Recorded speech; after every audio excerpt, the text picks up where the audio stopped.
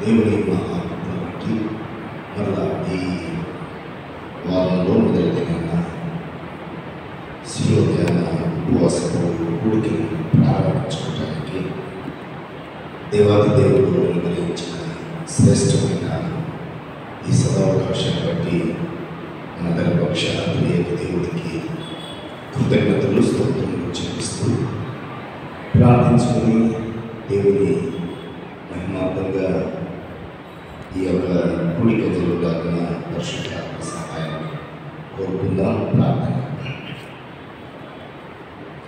ప్రేమ కలిగిన తండ్రి, కలిగిన దేవా, స్తుతులకు పాత్రుడా, స్తోత్రాలుగా, స్తుతుల సింహాసనసీనుడా, ఈ సమయంలో మరొకసారి నీకు కృతజ్ఞతలు స్తుతులు స్తోత్రములు ఘనత మహిమ ప్రభావంలో చెల్లిస్తున్నా తండ్రి.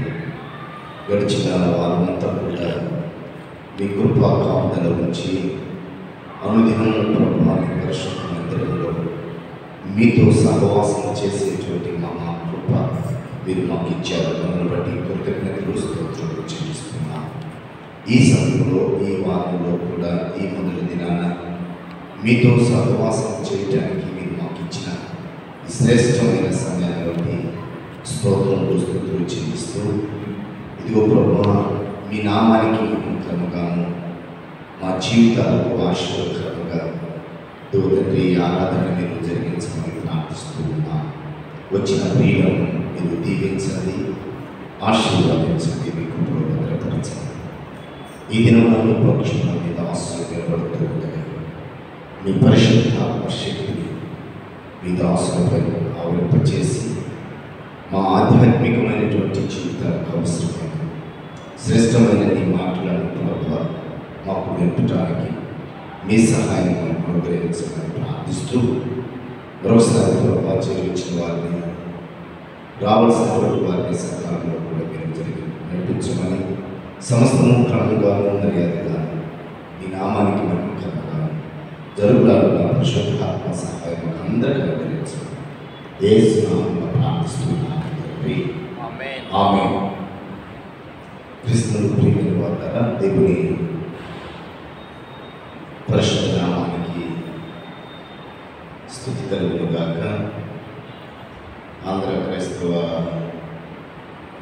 కీర్తనల పుస్తకం నుండి రాజులకు రాజైన ఈ మనవిని పూజ చేయబడినది 151 కీర్తన. ఆంధ్ర క్రైస్తవ కీర్తన పుస్తకం నుండి 151 కీర్తన అంటూ ఒక నామాన్ని ఏర్పడతాం. రాజులకు రాజైన ఈ మనవిని పూజ చేయబడినది. రాజులకు రాజైన మనవిని పూజ చేయబడినది. విజయ స్వామికన్నా మనకింకా రాజు లేనని, రాజులకు రాజైనని మనవిని పూజ చేయుటకు కరుణాగల సోదరుడై ధరణికే తెచ్చేనయ్యా. నన్ను కొనినా మనవసకు పరలోక రాజ్యంబును, రాజులకు రాజైనని మనవిని పూజ చేయుటకు రండి. నక్కలకు కొనియాడుండి ఆకాశ పక్షులకు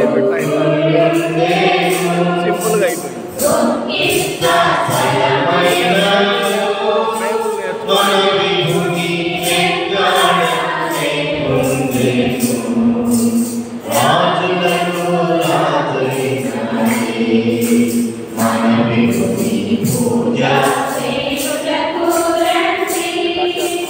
అపహాసములు చేయుచు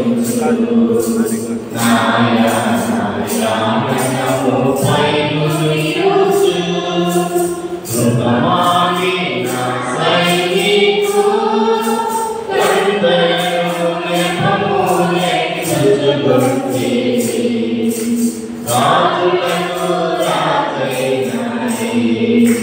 మనవిధుని పూజ చేయుటకు రండి.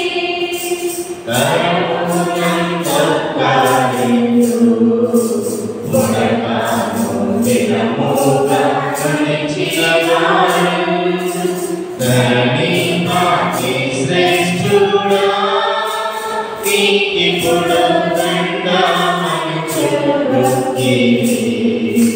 రాజులకు రాజైనాడే మనవిధుని పూజ చేయుటకు రండి.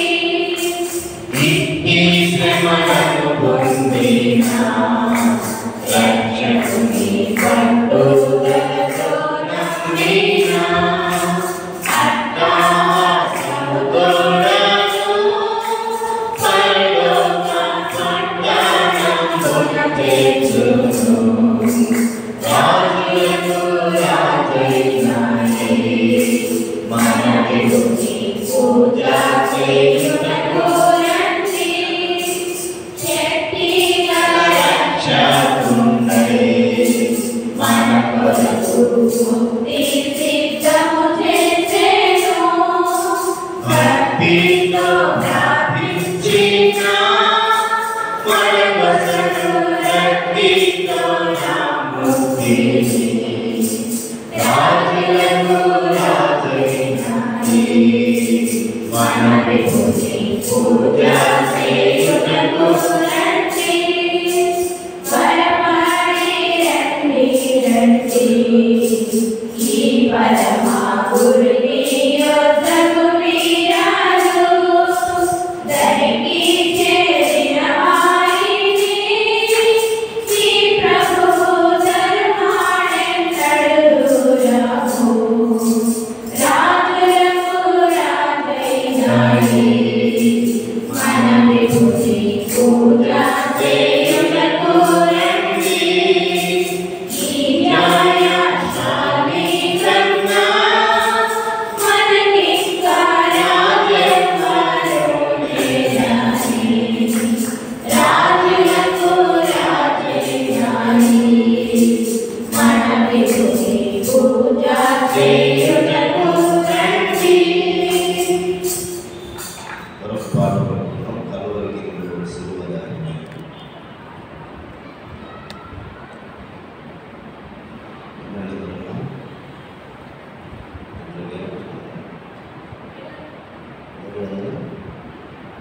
ఆంధ్రప్రదేశ్ కీర్తన పుస్తకం నుండి 797 కీర్తన.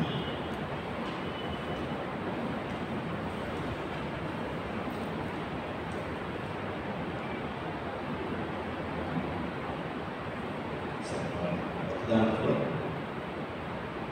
839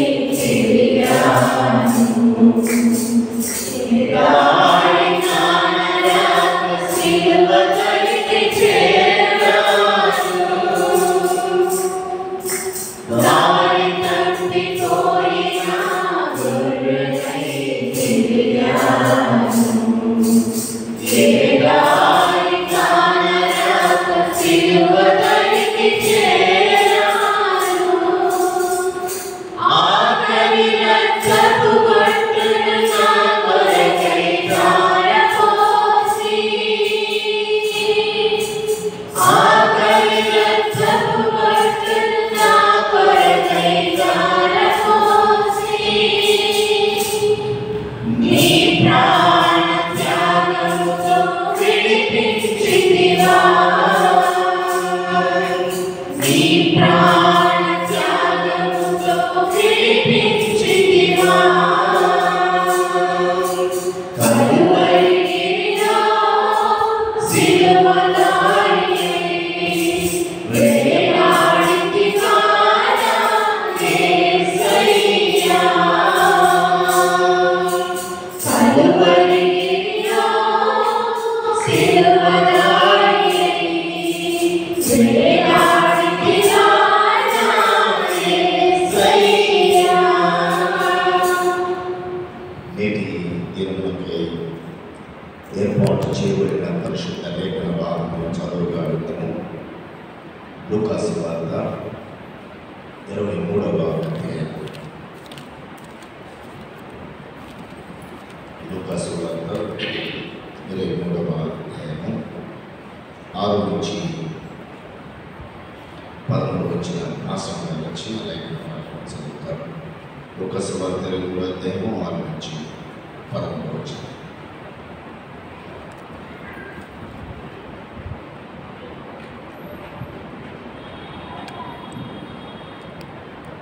శిలువ ధ్యాన కార్యక్రమాల కొరకై ఏర్పాటు చేయబడినటువంటి లేఖన భాగం లూకాసు సువార్త 23వ అధ్యాయము 6 నుంచి 12 వచనాల భాగాన్ని చదువుకున్నాం.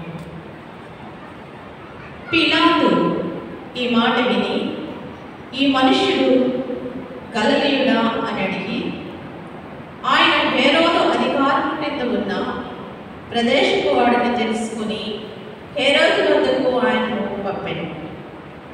హేరోదు ఆ దినములలో యెరూషలేములో ఉండెను. హేరోదు యేసుని చూచి మిక్కిలి సంతోషించెను. ఆయనను గూర్చి చాలా సంగతులు విన్నందున ఆయన ఏదైనా ఒక సూచక క్రియ చేయగా చూడ నిరీక్షించి బహుకాలము నుండి ఆయనను చూడగోరెను. ఆయనను చూచినప్పుడు చాలా ప్రశ్నలు వేసినను ఆయన అతనికి ఉత్తరమేమీ ఇయ్యలేదు. ప్రధాన యాజకులను శాస్త్రులను నిలువబడి ఆయన మీద తీక్షణముగా నేరము మోపిరి. హేరోదు తన సైనికులతో కలిసి ఆయనను తృణీకరించి అపహసించి ఆయనకు ప్రశస్తమైన వస్త్రములు తొలగించి పిలాతు వద్దకు మరలా పంపెను. అంతకుముందు హేరోదును పిలాతును ఒకరినొకరు శత్రులై ఉండి ఆ దినమునే ఒకరినొకరు మిత్రులైరి. దేవుని పరిశుద్ధ వాక్యం మన వెనుకడలో దీవించి ఆశీర్వదించునుగాక. ఆమేన్. ప్రార్థన చేసుకుందాం. ప్రేమ కలిగిన తండ్రి, కృప కలిగిన దేవా, మీకు వందనాలు, కృతజ్ఞతలు చెల్లిస్తున్నాను. ఈ సమయంలో మీ మాటలను మేము వినటానికి మీరు మాకు ఇచ్చిన శ్రేష్టమైన అవకాశాన్ని బట్టి మీకు కృతజ్ఞతలు. మీరు శరీరధారిగా భూమి మీద ఉన్నప్పుడు మానవ పాప పరిహారాల నిమిత్తమై మీరు పడినటువంటి శ్రమలను మరొకసారి మేము స్మరించుకునేటువంటి మహాకృప మీరు మాకు అనుగ్రహించారు. అందును బట్టి స్తోత్రం చెల్లిస్తూ ఈ దినమున ఈ సమయంలో మీ పక్షమున మీద ఆశలు మీరు ఎన్నుకున్నటువంటి మీ ప్రియులు ప్రభువ, మా ప్రియులు మీ ప్రియ కుమారుడు రవికుమార్ సార్ని ప్రభువ, కిరణ్ సార్ని మీరు ఏర్పాటు చేసుకున్నందుకే మీకు కృతజ్ఞతలు స్తోత్రములు చెల్లిస్తున్నాను. వారు మీ పక్షం నిలబడుతుండగా మీ ఆత్మతో నింపండి.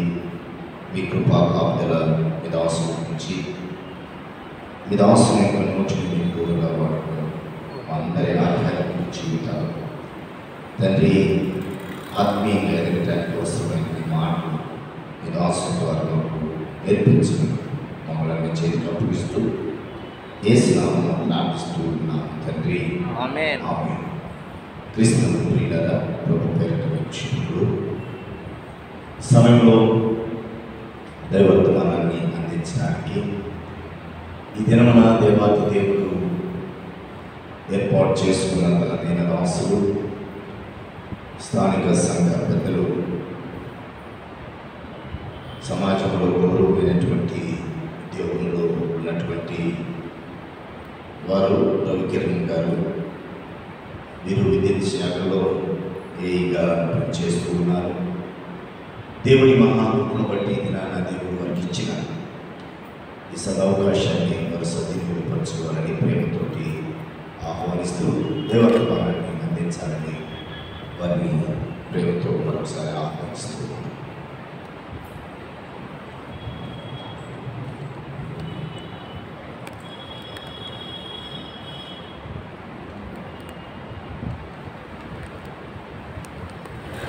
సమయాన్ని సాయంకాల సమయాన్ని దయచేసి మన దేవాది దేవుడు యేసుక్రీస్తు చేస్తున్నాం. చిన్న ప్రార్థన చేసుకుని వాక్య ధ్యానంలో పెడుతున్నాం. మా ప్రభు యేసుక్రీస్తు ఈ సాయంకాల సమయంలో మనందరినీ తీసుకుని వచ్చాము. అర్హత లేని నన్ను వాక్యం కొద్దిసేపు చెప్పడానికి ఈ సమయంలో నన్ను నిలబెట్టేవాడిని. ఈ నోటి కొరకు నన్ను వాడుకోండి, నన్ను వాడుకోండి. వాక్యం ఉన్నటువంటి కర్మలను నీ చిత్తమైతే ధ్యానించుకోవడానికి నాకు సహాయం చేయండి. మా ప్రభువును రక్షకుడైన యేసుక్రీస్తు అతి శ్రేష్టమైన నామములో అడిగి పెట్టుకున్నాం తండ్రి. ఆమేన్. ఇప్పుడు చదవబడినటువంటి వాక్య భాగాన్ని మనం విన్నాము. అయితే ఈ వాక్య భాగం ముఖ్య ఉద్దేశం ప్రభువైన యేసుక్రీస్తు హేరోదు సన్నిధిలోకి, హేరోదు సమక్షంలోకి తీసుకున్నాడు. లూకాసు వార్త 23వ అధ్యాయము 6వ వచనం. పిలాతు ఈ మాట విని, ఈ మనుష్యుడు గలిలయుడా అని అడిగి, పిలాతు ఈ మాట విని ఏ మాట విన్నాడు? అయితే ఇక్కడ జరిగే సందర్భాన్ని మనం జ్ఞాపకం చేసుకోవాలి. ప్రభువైన యేసుక్రీస్తు పస్కా పండుగలో మొదటి దినం. పస్కా పండుగ అనేది 7 దినాలు ఆచరిస్తారు. మొదటి దినం పరిశుద్ధంగా ఉంటుంది, చివరి దినం పరిశుద్ధంగా ఉంటుంది. ఈ పస్కాలో ఇక్కడ జరిగేది ఏంటంటే, ఒక పశువును తీసుకుంటారు, దాన్ని వధిస్తారు, అది పూజిస్తారు. పులియని రొట్టెల పండుగ, పులిసిందేది కూడా ఇక్కడ తిరుగుతుంది. పస్కా అనబడే దినాల్లో మొదటి రోజున ప్రభువైన యేసుక్రీస్తు తన శిష్యులతో కలిసి పస్కాను భుజించి తన శిష్యులందరికీ కూడా రొట్టెని ద్రాక్షారసాన్ని పంచిపెట్టాడు. ఈ రొట్టె ద్రాక్షారసం గురించి తర్వాత చూద్దాము. రొట్టె ద్రాక్షారసాన్ని పంచిపెట్టి వీళ్ళందరూ కూడా ప్రార్థన చేసుకుని ఒలీవల కొండకి వెళ్ళారు. ఒలీవల కొండ దగ్గర యేసుక్రీస్తు కన్నీరు విడిచి ప్రార్థన చేశాడు. నా తండ్రి, నీ చిత్తం మీద ఈ గిన్నెను నా యొద్దనుండి తొలగించు. అయినా నీ చిత్తమే నెరవేరాలి. ఈ గడియ కోసం నేను ఎదురు చూస్తున్నాను. ఈ కార్యం నెరవేరడానికి, నీకు వచ్చిన పని పూర్తి చేయడానికి నాకు శక్తి నివ్వు అని చెప్పి కన్నీరు మున్నీరుగా ప్రార్థన చేశాడు. తనతో పాటు తన శిష్యుల్ని కూడా ప్రార్థన చేయలేదు. కానీ వాళ్ళు ఇద్దరికి ఆగలేక ఆయన ఒకసారి వెళ్ళి ప్రార్థన చేశాడు. మళ్ళీ వెనక్కి వస్తే నిద్రపోతుంది. నేను ఏం చెప్పాను, మీరు ఏం చేస్తున్నారు అంటే వాళ్ళిద్దరికి ఆగలేని పరిస్థితుల్లో ఉంది. మళ్ళీ వెళ్ళి ప్రార్థన చేశాడు, మళ్ళీ వచ్చాడు. చివరికి జరిగింది ఏంటంటే, గడియ వచ్చింది అని ఆ గడియకు సిద్ధపడి తాను ఎదురుగా వెళ్ళాడు. ఇదిగో రండి, నన్ను అప్పగించేవాడు ఎదురుగా వస్తున్నాడు, రండి వెళ్దాం అని చెప్పేసి ఎవరైతే యేసుని పట్టుకోవాలని చూస్తున్నారో వాళ్ళకి ఎదురుగా ప్రభువైన యేసుక్రీస్తు తన శిష్యులతో కూడా వెళ్ళాడు. అక్కడ ప్రధాన యాజకులు పంపించినటువంటి వంటరౌతులు ప్రభువైన యేసుక్రీస్తుని పట్టుకున్నారు. ఇది ఇప్పుడు మనం చదువుకున్న వాక్య భాగానికి జరిగేటువంటి ముందు జరిగే సందర్భం ఇదంతా కూడా. ప్రభువైన యేసుక్రీస్తుని పట్టుకున్నారు. ఇష్కరియోతు యూదా అనే వ్యక్తి యేసుక్రీస్తు శిష్యుల్లో ఒకడు ముద్దు పెట్టుకుని ప్రభువైన యేసుక్రీస్తుని అప్పగించాడు. నేను ప్రతిరోజు దేవాలయంలో ఉంటాను, ఈ మధ్యలోనే ఉంటాను, కానీ నన్ను ఎందుకు పట్టుకోలేదు? ఇది అంధకార సంబంధమైన క్రియ. ఇలా జరగాలని ఆశిస్తుంది కాబట్టి ఆ గడియ నెరవేరడం కోసం ఇది జరుగుతుంది. అందుకని చెప్పేసి ప్రభువైన యేసుక్రీస్తుని అర్ధరాత్రి పూట ఒక దొంగను పట్టుకున్నాను. విషయం ఏంటంటే, యేసుక్రీస్తు పారిపోలేదు, పట్టుకునే వాళ్ళకి ఎదురుగా వెళ్ళాడు.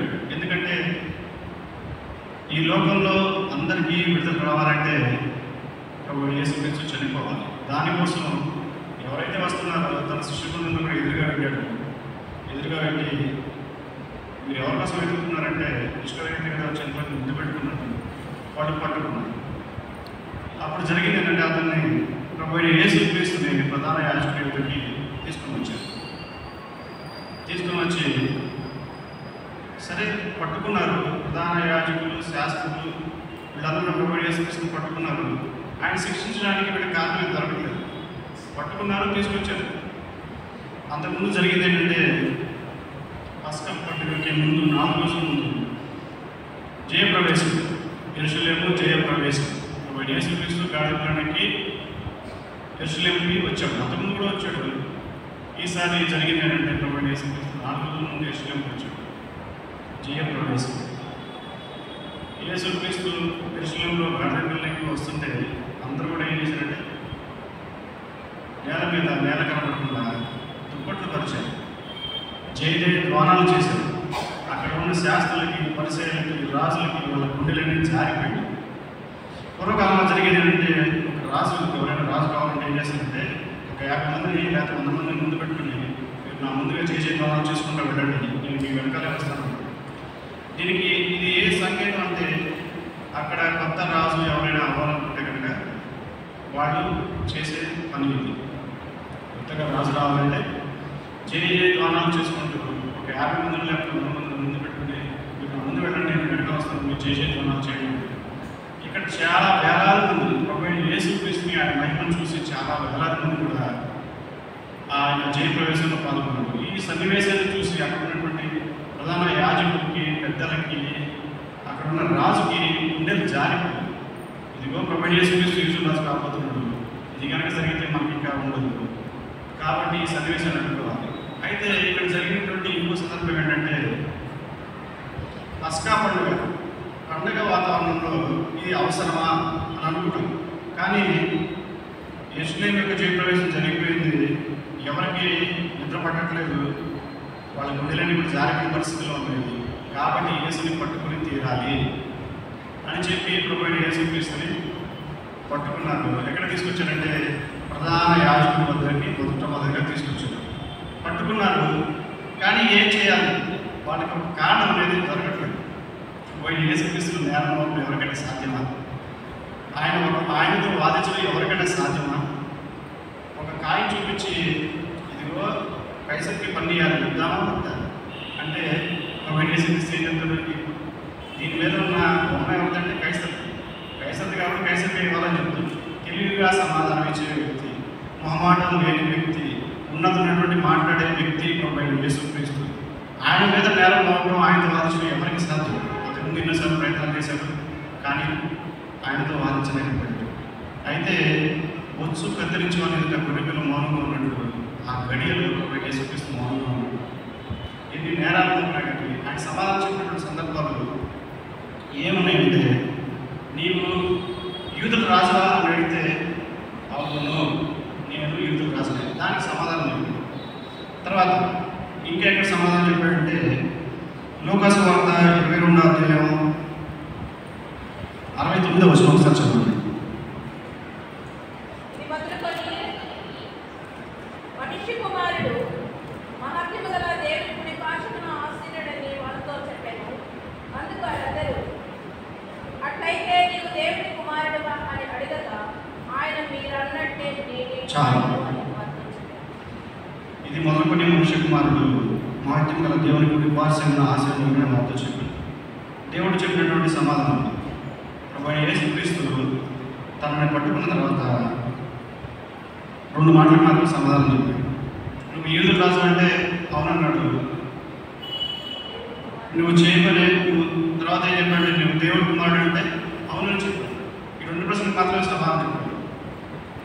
అయితే వాళ్ళు ఏమన్నారు, ప్రభు యేసుక్రీస్తు దేవదోషులు చేశాడు, నేను దేవుడి కుమారుని చెప్పుకుంటున్నాడు కాబట్టి ఇది శిక్షకు పాత్రుడు అని చెప్పి పెద్దలు ఒక కారణం వెతికారు. ఆ కారణాన్ని బట్టి ఉదయాన్నే ఏం చేశారంటే ప్రభు యేసుక్రీస్తుని తీసుకుని పిలాతు దగ్గరికి పెట్టారు. పెద్దలైతే పట్టుకున్నారు, వాళ్ళకి శిక్షించే అధికారం లేదు. ఎక్కడికి తీసుకెళ్ళాలి, రాజుగారి దగ్గరికి తీసుకెళ్ళాలి. పిలాతు దగ్గరికి ప్రభు యేసుక్రీస్తుని తీసుకువెళ్ళాడు. పిలాతు దగ్గరికి తీసుకువెళ్తే అక్కడ జరిగినటువంటి సందర్భం, నువ్వు గలిలయుడివా అని అడిగి, ఇతను గలిలయ ప్రాంతానికి చెందినవాడు కాబట్టి మొదట హేరోదు దగ్గరికి పంపిద్దామని చెప్పేసి అప్పుడే యెరూషలేములోనే ఉన్నాడు హేరోదు, అక్కడికి పంపించాడు. హేరోదు ఆ రోజు యెరూషలేములోనే ఉన్నాడు. ఇప్పుడు మనం ఆలోచించాల్సింది ఏంటంటే ప్రభు యేసుక్రీస్తు గలిలయుడా లేకపోతే ఏదో ప్రాంతంలో నివసించే యూదుడా అని మనం కొంచెం చూస్తే కనుక యేసుక్రీస్తు యొక్క తల్లిదండ్రులు యేసోపు మరియు మరియా జనసంఖ్యలో రాయబడడానికి గలిలయ అనే ప్రాంతం నుంచి, గలిలయలో నజరేతు అనే ఊళ్ళో నుంచి యెరూషలేముకి దగ్గరలో ఉన్నటువంటి బెత్లెహేముకి వచ్చినట్టుగా మనం చూస్తాం. ఎందుకంటే యోసేపు దావీదు గోత్రంలోనూ దావీదు వంశంలోనూ పుట్టినవాడు కనుక గలిలయ అనే ప్రాంతం నుంచి తన పితరులు నివసించినటువంటి ప్రదేశమైనటువంటి బెత్లెహేముకి రావడం మనం చూస్తాం. యేసుక్రీస్తు యొక్క జన్మం జరిగింది బెత్లెహేములో. ఆయన ఎక్కడి నుంచి వచ్చాడంటే గలిలయ అనే ప్రాంతం నుంచి వచ్చాడు. యేసుక్రీస్తు గలిలయుడు అనే విధంగా పిలువబడ్డాడు. తర్వాత జరిగింది ఏంటంటే హేరోదు చనిపోయిన తర్వాత అతని కుమారుడు ఆర్కెల అనే రాజు హేరోదు కుమారుడుగా రాజు అయితే మళ్ళీ బెత్లెహేములో పుట్టిన తర్వాత మళ్ళీ తిరిగి నజరేతుకి వెళ్ళకుండా కొంతకాలం ఈజిప్ట్లో ఉన్నట్టు మనం చూస్తాం. ఆ తర్వాత మళ్ళీ తిరిగి బెత్లెహేము యెరూషలేము ప్రాంతంలో నివసించకుండా తిరిగి మళ్ళీ గలిలయకు వెళ్ళడం మనం చూస్తాం. యేసుక్రీస్తు బాప్తిసం తీసుకోవడానికి కూడా గలిలయ అనే ప్రాంతం నుంచి చూసినట్టుగా మనం చూస్తాం. ఈ రకంగా యేసుక్రీస్తు యొక్క జననం బెత్లెహేములో జరిగినప్పటికీ ఆయన నివసించిన ప్రాంతం గలిలయలోని నజరేతు అనే ఊరిలో ఆయన నివసించాడు. బాప్తిసం తీసుకోవడానికి యోహాను చేత బాప్తిసం తీసుకోవడానికి గలిలయ నుంచి యేసుక్రీస్తు వచ్చినట్టు మనం చూస్తాం. కాబట్టి ఆయన నివసించిన ప్రదేశాన్ని ఆధారంగా చేసుకుని ఆయనకి ఎక్కడ తీసుకొచ్చారు? ఆయన గలిలయుడు కాబట్టి ఏ రోజు విచారించాలి అని చెప్పి ఏ రోజు దగ్గరికి తీసుకొస్తాం. అయితే ఏ రోజు దగ్గరికి వచ్చిన తర్వాత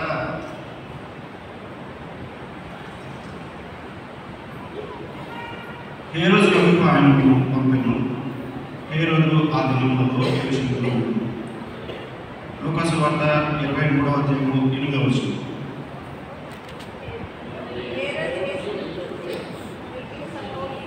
నేను చదువుతున్నానండి. హేరోదు యేసుని చూసి మిక్కిలి సంతోషించెను. ఆయన గురించి చాలా సంగతులు విన్నందున ఆయన ఏదైనా ఒక సూచక్రియ చేయగా చూడడం రక్షించి బహుకాలం నుండి ఆయన చూడగలరు. ఇక్కడ హేరోదు గురించి మనం తెలుసుకోవాల్సిన అవసరం.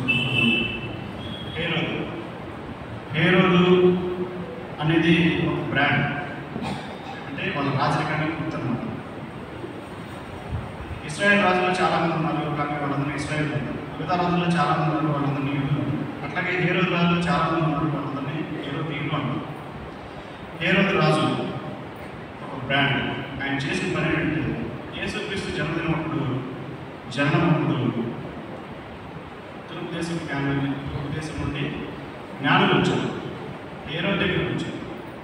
ఇదిగో యూదుల రాజుగా పుట్టబోవాడు ఎక్కడ ఉన్నాడంటే, నేనే యూదుల రాజుని, ఇంకొక రాజు పుట్టడం ఏంటి అని చెప్పి వారు చెప్పిన సందర్భాన్ని ఆధారంగా చేసుకుని ఎక్కడ పుడతాడు అంటే బెత్లెహేములో పుడతాడు. ఏం చేశాడంటే, సరే మీరు వెళ్ళండి, వెళ్ళి తెలుసుకునండి, వచ్చేటప్పుడు నాకు కూడా చెప్పండి, నేను కూడా వచ్చి ఆ రాజుగారిని చూస్తానని చెప్తాడు. కానీ తూర్పు దేశ జ్ఞానంలో తిరిగి రాకుండా వేరే మార్గం ద్వారా తిరిగి వెళ్ళిపోతాడు. అయితే ఏ రోజు రాజు కోపం తెచ్చుకుని బెత్లెహేము దాని చుట్టుపక్కల ఉన్న చాలామంది పసిపిల్లలు 2 సంవత్సరాల్లోపు ఎవరైతే ఉన్నారో వాళ్ళందరినీ చంపించేస్తారు. కానీ ప్రభు యేసుక్రీస్తు మాత్రం టచ్ అయింది. ప్రభు యేసుక్రీస్తు టచ్ చేయలేకపోయాడు.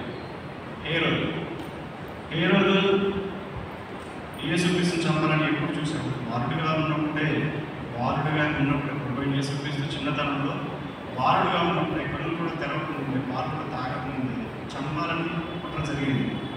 కానీ ఏమీ చేయలేకపోయాడు.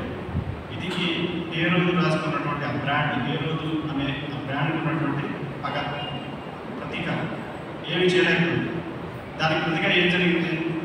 ఈ పిల్లలు ఎవరైనా అయ్యి ఉండొచ్చని చెప్పేసి 2 సంవత్సరాలు ఉన్నటువంటి పసిబిడ్డల్ని దేశాన్ని చంపడం మనం చూస్తాం. అంతటి క్రూరత్వం కలిగినటువంటి ఈ రాజులు హేరోదు రాజు. తర్వాత అతని కుమారుడు రాజు మనం చూస్తాం. అతని కుమారుడు పేరు ఆర్కెల. ఆ తర్వాత మళ్ళీ హేరోదు రాజు మనం చూస్తాం. ఇప్పుడు హేరోదు ఎక్కడున్నాడు? యెరూషలేములో ఉన్నాడు. తూర్పు దేశం జ్ఞానం వచ్చినప్పుడు యెరూషలేములో ఉన్నాడు. ఇప్పుడు మళ్ళీ కూడా హేరోదు అనే వ్యక్తి యెరూషలేములోనే ఉన్నాడు. విషయం ఏంటంటే పిలాతు విచారణ చేస్తున్న మధ్యలో ఇతను గలిలయుడు కదా అనే ఒక కారణం చేత హేరోదు వద్దకి ఒక యేసుక్రీస్తును పంపించడం చూస్తాం.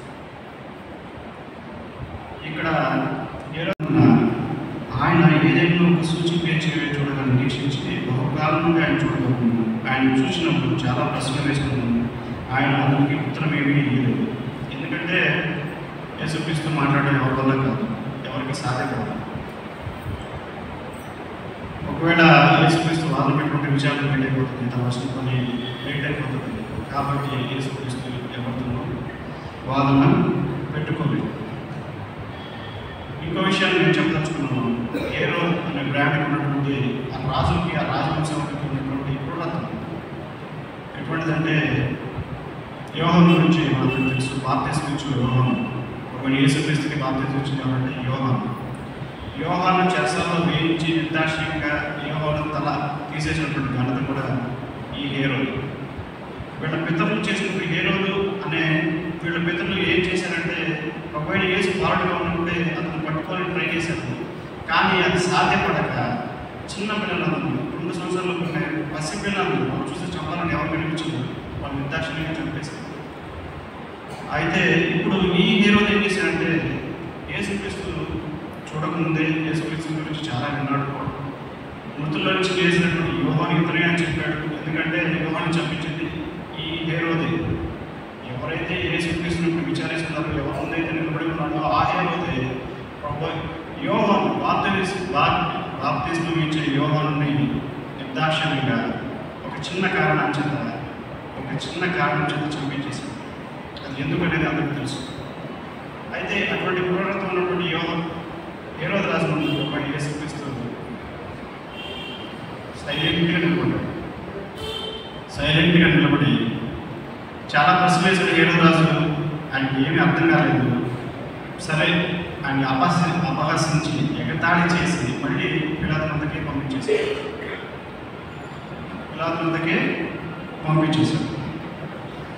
అప్పుడు ప్రధాన యాజకులు శాస్త్రులు నిలబడి ఆయన మీద తీక్ష్ణంగా నేరం మోపిరి.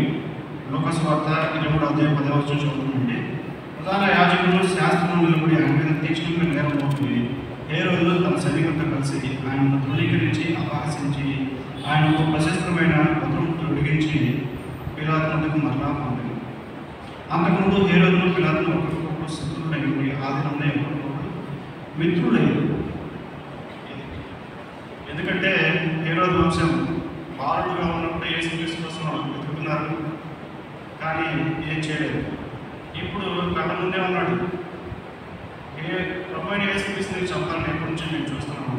మా కళ్ళ ముందు కూర్చోడు.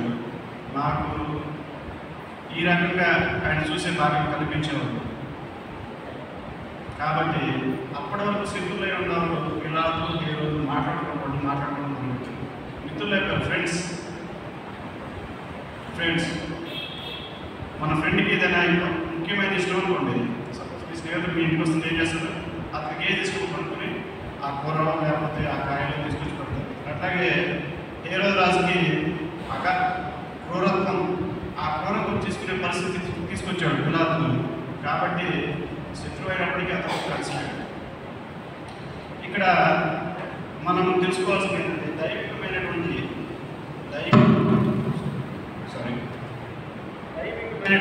కొన్ని అంశాల గురించి మనం తెలుసుకోవాలి. ఇది ప్రభువైన యేసుక్రీస్తు ఏ సందర్భంలో విచారించాడు, ఏ సందర్భంలో ఏ రోజు ముందుకు తీసుకుని రాబడ్డాడు అంటే, పస్కా దినంలో జరిగింది. పస్కా దినంలో జరిగింది అంటే పస్కాని ఎందుకు ఆచరిస్తారు? పస్కా అంటే ఏంటి? పస్కా అంటే ఇశ్రాయేలు ఐగుప్తు చెర నుంచి విడుదల పొందిన దానికి పూర్తిగా పస్కాని ఆచరిస్తారు. అయితే ఇక్కడ జరిగింది ఏంటంటే, ప్రభువైన యేసుక్రీస్తు తన ఒక రొట్టెను తీసుకొని విరిచి తన శిష్యులకి ఇచ్చేసి, ఇది నా శరీరము, మీరు తినండి అని చెప్పాడు. ద్రాక్షరసం తీసుకుని వాళ్ళకి ఇచ్చేసి, మీరు తాగండి అని చెప్పాడు. అది ఎప్పుడు చెప్పాడు? తాను పట్టబడక ముందు, తాను ప్రధాన యాజకుల చేత శాస్త్రుల చేత పట్టబడక ముందు చెప్పాడు. పస్కా దినంలో మొదటి రోజు ఇది జరిగింది. అయితే పస్కా పండుగ మనం ఎందుకు ఆచరిస్తామంటే విడుదలకి సాదృశ్యంగా, విడుదలకి మార్పుగా దాన్ని ఆచరిస్తాం.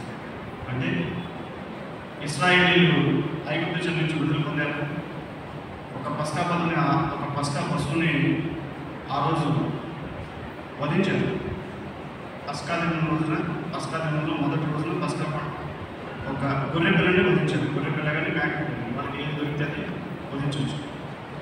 అయితే వాళ్ళు ఏం చేయాలంటే యెహోవా దేవుడు పాత నిబంధన కాలంలో యెహోవా దేవుడు మోషేకి చెప్పింది ఏంటంటే 4 రోజుల ముందు మీరు గొర్రె పిల్లలు కానీ మేక పిల్లలు కానీ సిద్ధం చేసుకోండి. పస్కా అనబడే రోజున ఆ గొర్రె పిల్లలు మీరు వధించండి. గొర్రె పిల్లలు వధించి మీరు తినండి. ఆ వధించబడినటువంటి గొర్రె పిల్ల యొక్క రక్తాన్ని మీ ద్వారబంధం మీద, నిలువ కమ్మల మీద, అడ్డకమ్మ మీద రాయండి. 2 గుమ్మాల మీద రాయండి, పైన రాయండి. అయితే మీకు విడుదల దొరుకుతుంది. ఎవరైతే మిమ్మల్ని బంధించారో వాళ్ళకి శిక్ష కలుగుతుంది. అయితే ఇశ్రాయేల్ సమాజం ఆ రోజు ఆ రాత్రి అక్కడి నుంచి వచ్చేసి సముద్రాన్ని దాటుకుని విడుదల పొందారు. ఐగుప్తు దేశం నుంచి విడుదల పొందారు. ప్రభువైన యేసుక్రీస్తు పస్కా దినంలో మొదటి రోజున తన శిష్యులకు రొట్టెను ద్రాక్షారసాన్ని ఇచ్చాడు. ద్రాక్షారసం ఇవ్వడం ద్వారా ఆయన ఏం చేశాడంటే వాళ్ళకి, ఇశ్రాయేల్ సమాజానికి, ప్రభువైన యేసుక్రీస్తు నమ్ముకున్న వారికి, తన బిడ్డలకి పాపం నుంచి బిడ్డలు తెచ్చేసాడు. ఇక్కడ నేను మీకు సందర్భాన్ని చెప్పదలుచుకున్నాను.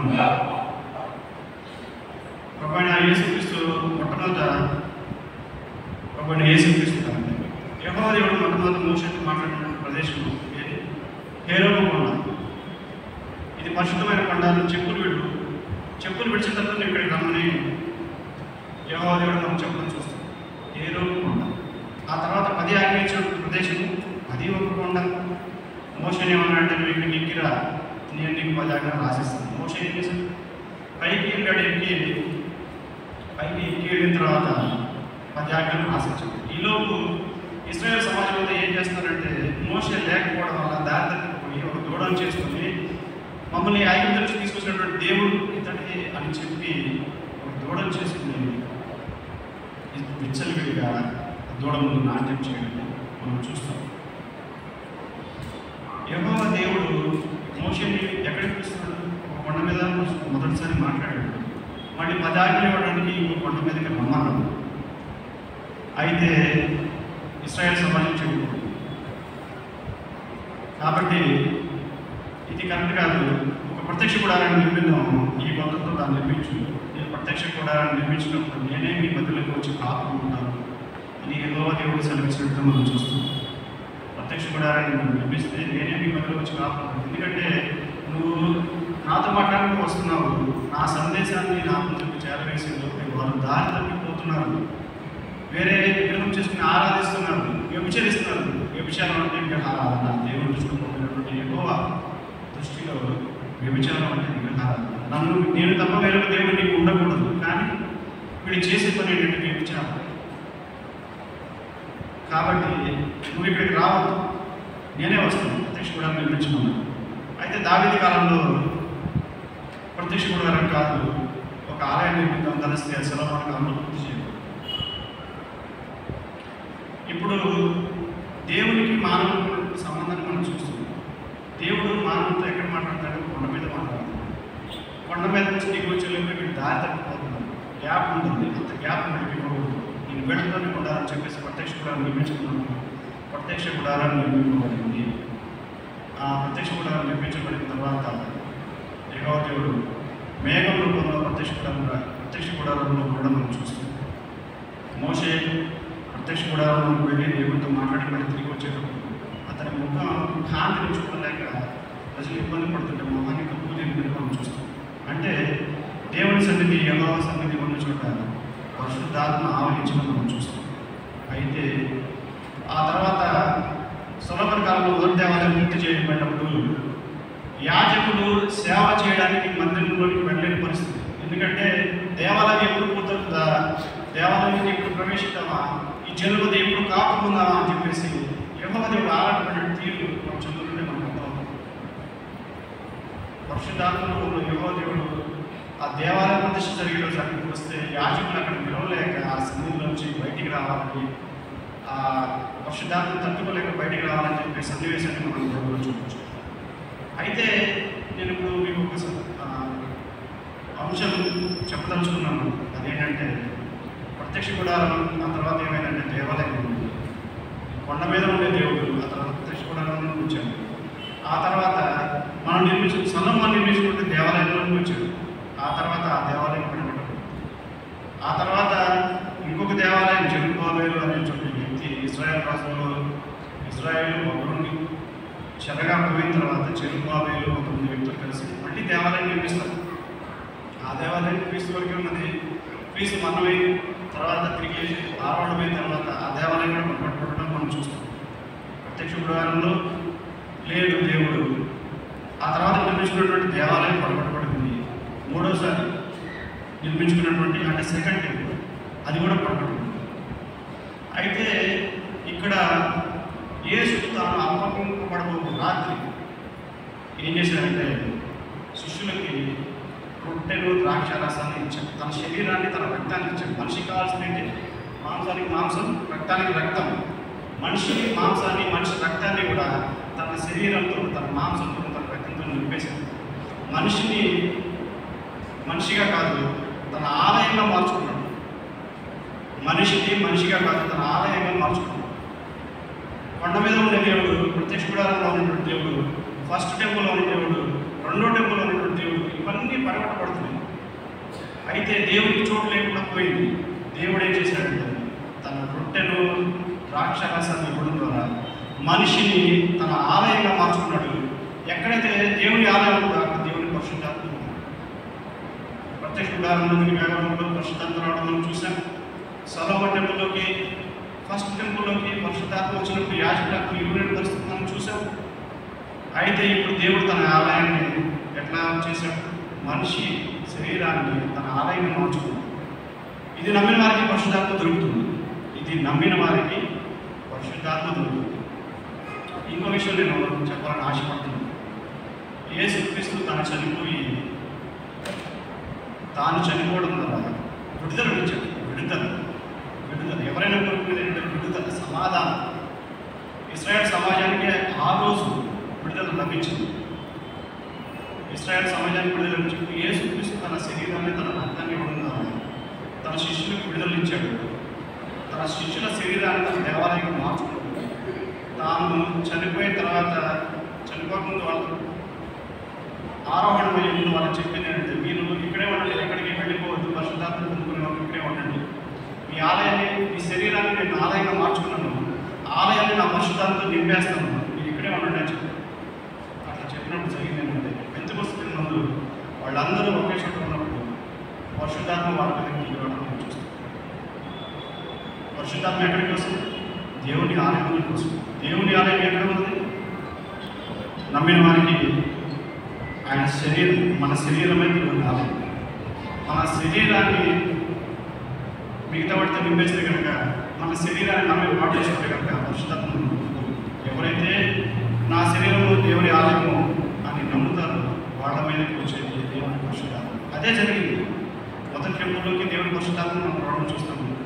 అంతకుముందు ప్రత్యక్ష గుడారంలోకి కూడా పరిశుద్ధాత్మ రావడం చూస్తాం. ఇంకో విషయం నేను ఒకసారి పంచుకున్నాను. జీవవృక్ష ఫలం ఏదేను తోటలో జరిగింది ఏంటంటే, ఏదేను తోట ఆజ్ఞాధికారమైన పాపం. అయితే ఇక్కడ జరిగిన ఒక అంశాన్ని మనం తీసుకుంటే, మంచి చెట్లు తిరిగించు ఒక ఫలాన్ని అవ్వ తీసుకొచ్చి ఆదాము ఇస్తుంది. మంచి చెట్లు తిరిగించే ఫలం జీవవృక్ష ఫలం కాదు, మంచి చెట్లు తిరిగించే ఫలం ఏదేంతో. ఆదికాండము 3వ అధ్యాయము 22వ వచనం. ఆదికాండము 3వ అధ్యాయము 22వ వచనం.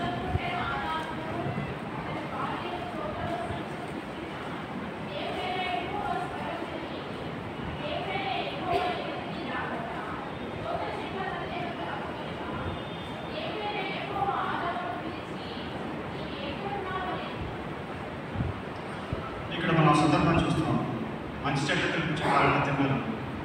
అయితే వాళ్ళకి తిరిగి వచ్చింది. అప్పుడు దేవుడైన యెహోవా మంచి చెట్లను ఎరుగినట్లు ఆదాము మనలో ఒకరి వంటి వాడాయను. ఆదాము మనలో ఒకరి వంటి వాడాయను. కాబట్టి కాబట్టి అతడు ఒకవేళ తన చెయ్యి చాచి జీవవృక్ష ఫలములను కూడా తీసుకొని తిని నిరంతరము జీవించునేమో అని దేవుడైన యెహోవా అతడు ఏ నేల నుండి తీయబడెనో అతడికి చాలండి. జీవవృక్ష ఫలాన్ని కూడా తీసుకుని తింటాడని చెప్పి అతడు ఏ నేల నుంచి తీయబడ్డాడు అక్కడికి పంపేశాడు. జీవవృక్ష ఫలాన్ని తినే అధికారం మానవునికి లేదు. జీవవృక్ష ఫలాన్ని తినే అధికారము మానవునికి లేదు. ఒకవేళ తింటే కనుక నిత్యము జీవిస్తాడు. నేను క్రియేట్ చేసింది ఇతను ఎందుకు కాదు, అతను నిత్యము జీవించడం నేను క్రియేట్ చేయను. ఆదాము కాలంలో మనుషులు బతికేటువంటి సంవత్సరాలు 900 సంవత్సరాలు, సుమారుగా 1000 సంవత్సరాలు మనం బతకం చేస్తాం. జలప్రళయం వచ్చిన తర్వాత మనిషి ఆయుష్ గురించి 200 ఏళ్ళు, ఆ తర్వాత 120 ఏళ్ళు, 100 ఏళ్ళు. మనిషి ఆయుష్ తగ్గుతూ వచ్చింది. మనిషే, ఇతడు దేవుడు కాదు, దేవుడితో సమానం కాదు. ఇతడు నిత్యము జీవించకూడదు. ఇతడికి నిత్యము జీవించే అధికారం లేదు. ఈ మనిషి తయారు చేశాడు. కానీ ఇతను చేసిన పని ఏంటి? జీవవృక్ష ఫలం కూడా తిని నిత్యము జీవిస్తాడేమో. అసలు ఇతను నిత్యము జీవించవచ్చా? అది సాధ్యమేనా? మనిషి కాడ అని చెప్పి యెహోవా దేవుడు ఏం చేస్తాడు? అతన్ని పంపించేస్తాడు. అయితే ఇక్కడ కొన్ని యోహాను సువార్త 6వ అధ్యాయము 51వ వచనం. యోహాను సువార్త 6వ అధ్యాయం 51వ వచనం. పరలోకము నుండి దిగి వచ్చిన జీవాహారమును నేనే. ఎవడైనను ఈ ఆహారం భుజించితే వాడు ఎల్లప్పుడూ జీవించును. మరియు నేను ఇచ్చిన ఆహారము లోకమునకు జీవము కొరకైన నా శరీరమే అని. 50 వచనం చూడండి. పరలోకం నుండి వచ్చిన జీవాహారమును నేనే. పరలోకం నుంచి వచ్చిన జీవాహారం నేనే. తర్వాత 54వ వచనం. యోహాను సువార్త 56వ అధ్యాయం 54వ వచనం. నా శరీరము తిని నా రక్తము తాగువాడే నిత్య జీవము గలవాడు. అంత్య దినమున నేను వానిని లేపుదును. 58వ అధ్యాయం 58వ వచనం. ఇదే పరలోకము నుండి దిగి వచ్చిన ఆహారం. పితరులు మన్నాను తినను చనిపోయినట్టు కాదు. ఈ ఆహారం తినవాడు ఎల్లప్పుడూ జీవించునని నిశ్చయముగా మీతో చెప్పుచున్నానని. ఖచ్చితంగా చెప్తున్నాను. ఖచ్చితంగా చెప్తున్నాను. ఏదైనా వల్ల జరిగింది ఏంటంటే జీవవృక్షానికి ఫలాన్ని కూడా తీసుకుని నిత్యము జీవిస్తామేమో, అది కాదు. నిత్యము నువ్వు జీవించకూడదు. ఇక్కడ జరిగే సందర్భాన్ని మనం చూస్తున్నాం. యోహాను సువార్త 6వ అధ్యాయంలో చదవబడినటువంటి అంశాలు మనం చూసేది ఏంటంటే, నా శరీరాన్ని తిని నా రక్తం తాగేవాడు నిత్యం జీవించును. ఒకవేళ చనిపోయినప్పుడు నేను అతను లేపుతాను. నేను అతని ఎందులో అతను నా ఎందులో నిలిచి ఉంటాను. ఒకవేళ యేసుక్రీస్తు మన కోసం శిలువలో చనిపోయాడని మనం నమ్మితే కనుక ఆయనతో పాటు మన పాపాలను చనిపోయి ఆయన లేవబడినట్టు సజీవులమై మనం ఉన్నాం. అంటే ఇంకా మనం నిత్యము జీవిస్తాం, నిత్యము ఆయనతో కూడా బతుకుతాం. అంత్యదినములు నేను వాటిని లేకపోతే చనిపోయిన కూడా అంత్యదినం నేను లేపుతాను. ఆ ఇతరులు మరణాన్ని చనిపోయినట్టు కాదు, నిత్యము నేను జీవిస్తాను. ఏదైనా మనం జరిగిందండి, నిత్యము నిలిచి ఇతరులు ఒకవేళ నిత్యము జీవిస్తాడు జీవవృక్ష ఫలాన్ని తీసుకొని అని చెప్పేసి అతన్ని బయటికి పంపించడం మనం చూస్తాం. ఇక్కడ జరిగే సందర్భం ఏంటంటే, నా శరీరాన్ని రండి, నా రక్తాన్ని తాగండి, మీరు నిత్యము జీవిస్తారు.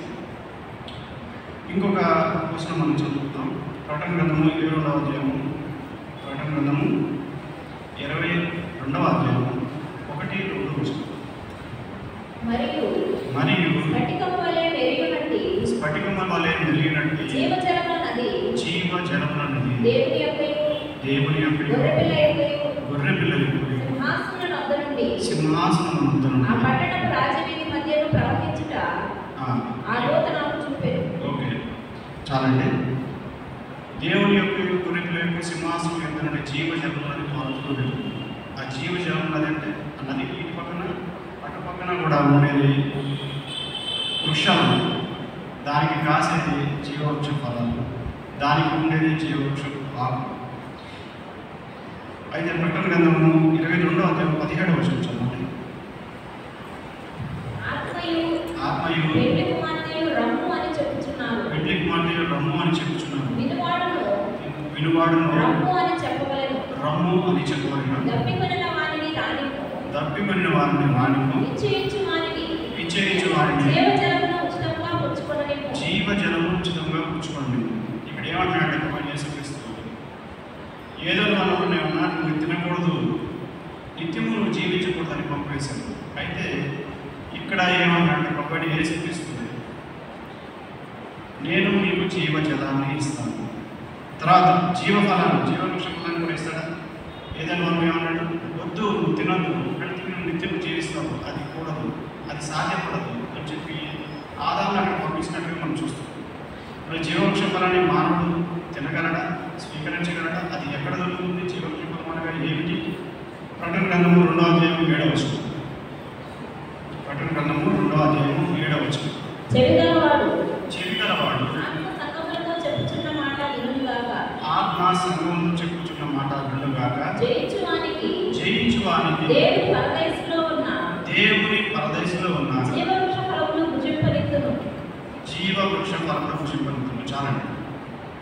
ఆది కాలంలో జరిగింది ఏంటంటే, ఆదాము మంచి చెట్లు తినని వృక్ష ఫలాన్ని తిన్నాడు.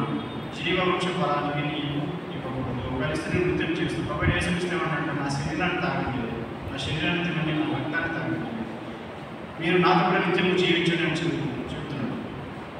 ఒకవేళ మీరు చనిపోయినప్పుడు అంత్యదినం నుండి మీకు లేపుతాను, తీర్పు తీర్చి నా రాజ్యంలో తీసుకుని వెళ్తాను, అక్కడ మీకు జీవజలాన్ని, జీవవృక్ష ఫలాన్ని నేను ఇస్తానని చెప్తాను. ఆ జీవజలము ఉన్నది గొర్రె ఎక్కలు యేసుక్రీస్తు యొక్క సింహాసనం కంటే కారణం చూస్తాను. నేను చెప్పదలుచుకున్నటువంటి అంశం, మానవుడు పెరిగే జీవవృక్ష ఫలం పోయిన యేసుక్రీస్తు. ఆయన మానవుడు పెరిగే జీవవృక్ష ఫలం పోయిన యేసుక్రీస్తు. ఆయన శరీరానికి, ఆయన రక్తానికి తాగితే కనుక మనం నిత్యము ఆయన లేపబడిన తిరిగి మనము కూడా మృతులోని లేపబడి ఆయనతో నిత్యము జీవించే అధికారాన్ని ఉండి ఉంది. ఏదైనా తోటలో నువ్వు నిత్యము జీవించడానికి అర్హుడు కాదని పంపించేస్తాడు. దానికి జరగాల్సింది ఏంటంటే, మనుష్య కుమారుడు మానవుడై పుట్టి మనుషుల్లో ఒకటిగా ఉండి చనిపోయి తిరిగి లేపబడాలి. అది జరిగినప్పుడు జీవవృక్ష ఫలం నీకు దొరుకుతుంది. జీవవృక్ష ఫలం ఎక్కడ దొరుకుతుంది? మానవుడు నిత్యం జీవించాలంటే, పరిశుద్ధాత్మను పొందుకోవాలంటే, దేవుని ఆలయంగా చేసుకుని మన శరీరాన్ని పంచుకోవాలంటే, ఒకటి యేసు తీసుకోవాలంటే అది సాధ్యం. అందుకే ఒకటి యేసు క్రీస్తు సన్నిధిలోకి తేబడినప్పటికీ, అన్యాయంగా తీర్పు పొందినప్పటికీ, ఒక్క దినంలోనే ఆయనకి మరణశిక్ష విధింపబడినప్పటికీ సైలెంట్గా, కామ్గా ఉంది. ఇదో ఆయన ఎవరి ముందు ఏమీ మాట్లాడకుండా, నేను జీవవృక్ష ఫలాన్ని మనుషులకు అందించాలంటే నా శరీరాన్ని, నా రక్తాన్ని తిని వీళ్ళు తన శరీరాన్ని నాకు ఆలయంగా మలుచుకోవాలి. వీరు నా ప్రశ్నే ఉండాలి. వీడు ఏ గోత్రంలో పుట్టిన పర్లేదు, ఏ వంశంలో పుట్టిన పర్లేదు, నా దగ్గరికి రావాలి అని మన శరీరాన్ని తన ఆలయంగా మలుచుకుంది.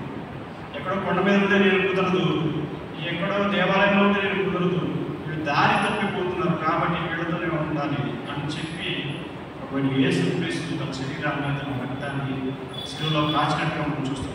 ఇది నమ్మిన వారికి దేవుడే నా దేవాలయం, నా శరీరము ఆయన దేవాలయం అని నమ్మిన వారికి పరిశుద్ధాత్మ ఇవ్వడానికి సిద్ధంగా ఉంది. మనం చూస్తాము, కొర్నేలి అనే భక్తుడు ఉన్నాడు. అతడు ప్రభువుని నమ్మాడు. నమ్మినప్పుడు పేతురు ఆయన దగ్గరికి వెళ్తాడు. ఇంకో పేతురు, నువ్వు తన ఆయన దగ్గరికి వెళ్ళు, ఆయన దేవుని నమ్మాడు అంటే పరిశుద్ధాత్మ వాళ్ళ మీదకి దిగి రావడం చూస్తుంది. ఎవరైతే దేవుని ఆలయంగా వాళ్ళ శరీరాన్ని మార్చుకుంటారో, తమ మనసుల్ని మార్చుకుంటారో, దేవుని పరిశుద్ధాత్మ వాళ్ళ మీదకి దిగి వస్తుంది. మనం మానవుడు వెతికే జీవవృక్ష ఫలం ఆయన శరీరము, ఆయన రక్తం. ఆయన జీవవృక్ష ఫలం అయిన అని చెప్పి తన శరీరాన్ని, తన రక్తాన్ని తన శిష్యుకి ఇచ్చింది. ఇది మీరు తీసుకుని తినండి, నిత్యము జీవించండి. మీ శరీరాన్ని నాకు ఆలయంగా ఇవ్వండి. పరిశుద్ధాత్మ లేకుండా నేను నిత్యము మీతో నివసిస్తాను. మీరు ఇక్కడే ఉండండి, ఎక్కడికి వెళ్ళిపోవాలండి. ఇదిగో నేను వస్తున్నాను, ఇదిగో సమాప్తి వరకు సదాకాలం మీతోనే ఉంటాను. నేను చనిపోయి తిరిగి లేచాను, మరణం చేయించి తిరిగి లేచాను. కాబట్టి నేను మరణం దినను తిరిగి లేచిన ఆయన మీరు నివసిస్తారు, నా రాజ్యంలో మీరు ఉంటారు, ఇదిగో అక్కడ వచ్చిన వాళ్ళకి నేను జీవవృక్ష ఫలాన్ని ఇస్తాను, జీవజలాన్ని ఇస్తాను, నా రాజ్యం చూసుకుంటున్నాను. అక్కడ ఏడుపైన దుఃఖమైన ఉండదు. కాకపోతే మనం చేయాల్సింది ఏంటంటే ఆయన వంశంలో మనం చేరాలి.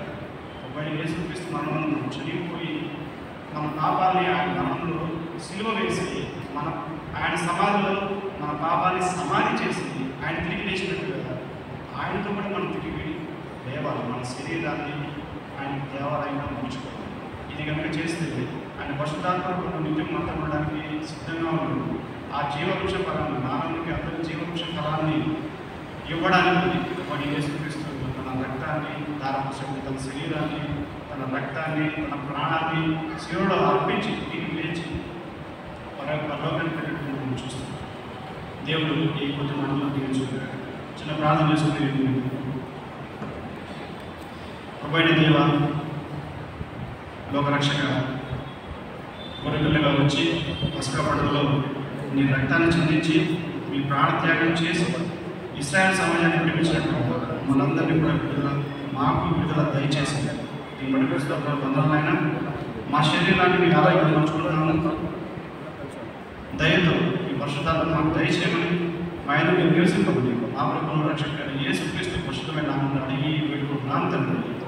ఆమేన్. Thank you sir.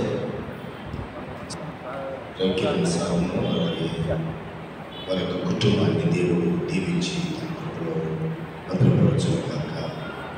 సమయంలో స్థానిక సెక్రటరీ ముగింపు ప్రార్థన ఆశీర్వాదం సెలవు. ముగింపు ప్రార్థన పాట పాడిన అనంతరము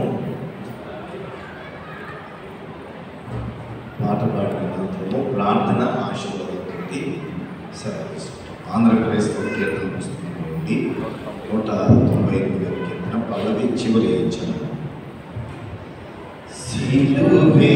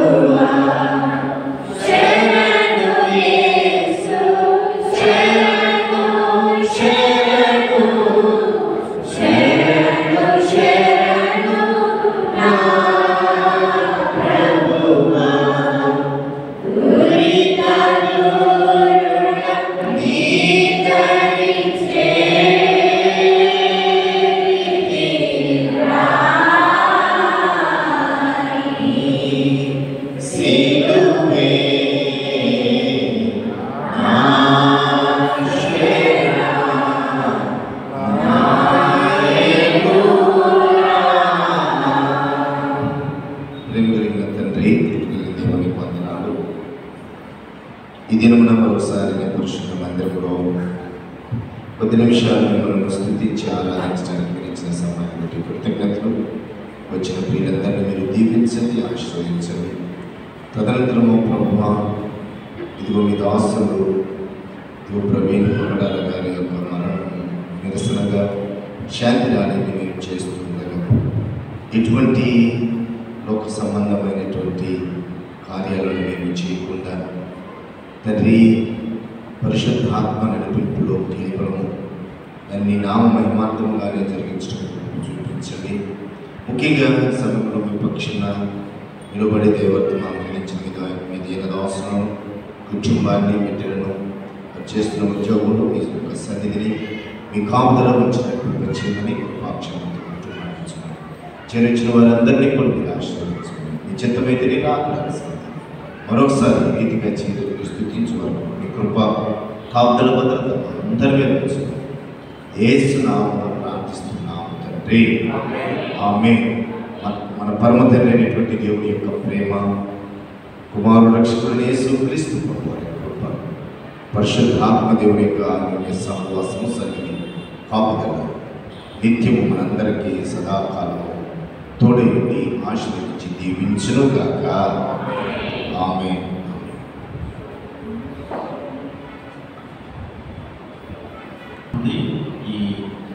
ఈ మార్చి మాసం అంతా కూడా మనల్ని దేవుడు కాపాడినందుకు, మనల్ని సజీవులుగా ఉంచినందుకు ఆయనకు కృతజ్ఞతలు స్తుతులు చెల్లించుకోవడానికి మనం ఈరోజు రాత్రి 10 గంటల నుంచి 12:30 వరకు రాత్రి కాల కృతజ్ఞత కూడిక ఉంటుంది.